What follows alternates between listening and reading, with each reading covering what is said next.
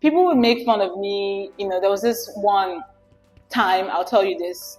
I had this one guy in my class, he tried to talk to me. And, I was already putting up the smart girl, the annoying smart girl, play. And I was like, okay, I'm not going to talk to you. And I said no, because, just to pass a point that I don't care, even though I did at the time. And so he did. But personally, I did not feel like I wanted to be with him at the time. He was way older than me. So I said no. And he called me like a crayfish. And I was like, why?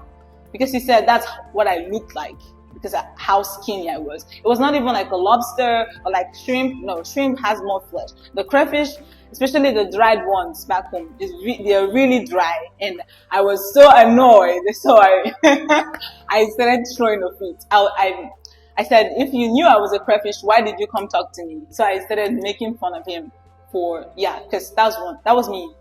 When I was a teenager in high school, I was kind of crazy. So yeah, he just avoided me, never again to talk to me all his life until we were done with high school. And I was very grateful. And then there was a friend of mine, even my friends, they'll make fun of me without even knowing how much like it got to me. They'll call me things like pigeon legs because my legs were very tiny and things like that. And all of this was just like in my heart. And I remember this very scenario. I was sitting down with my friends, and there were like a group of guys sitting this way and then a group of girls sitting this way. And there's this one girl, she was always trying to pass a point about how good she looked without, like, I did not know at the time that she was bleaching her skin. So, and because I always, even though my parents would give me money, like transport fare to like take a taxi to school, I would still work under the hot sun, and so I looked very sunburned. I was sunburned at the time. And so I was sitting down there, and she brought out her hands, and she's like, oh, please bring out your hands and let's see who's darker. So I did. I brought out my hands, and she's like, oh, I'm lighter than you. And for some reason, that just put so much pressure on me. Like, I feel like it was just my teenage mind at the time. And so I kind of would say I succumbed to the pressure at the time, and I went and I got this like skin lightening cream. Yeah, I did. Thank God for the kind of mother I had. And it did not really, at the time, that was a season that she tried to talk me out of it. I'm like, Mom, it's okay. My friends are just lightening their skin. I will just lighten my skin. I will not do too much of it, just on my face and some parts of my hands. That was all.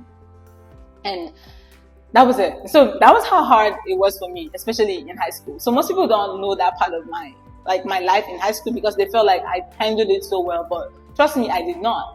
And that's how many of the people you look up to, or the people you look at them and feel like their life is together, that's how they feel most of the time, deep inside of them. So my parents believed in me. My mom did.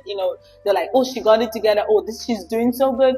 But deep down in me, there was fear. Deep down in me, there was self-doubt. Deep down in me, I was just like, I hated my body. I hated the fact that I did not, the way I looked was, at the time. And I tried many things. Like, I go online. I'm like, what can I eat? What can I do to fix this or fix that, even though there was nothing that needed fixing. I was just in that season of my life, and how I looked was 100% perfect because that's how God made me.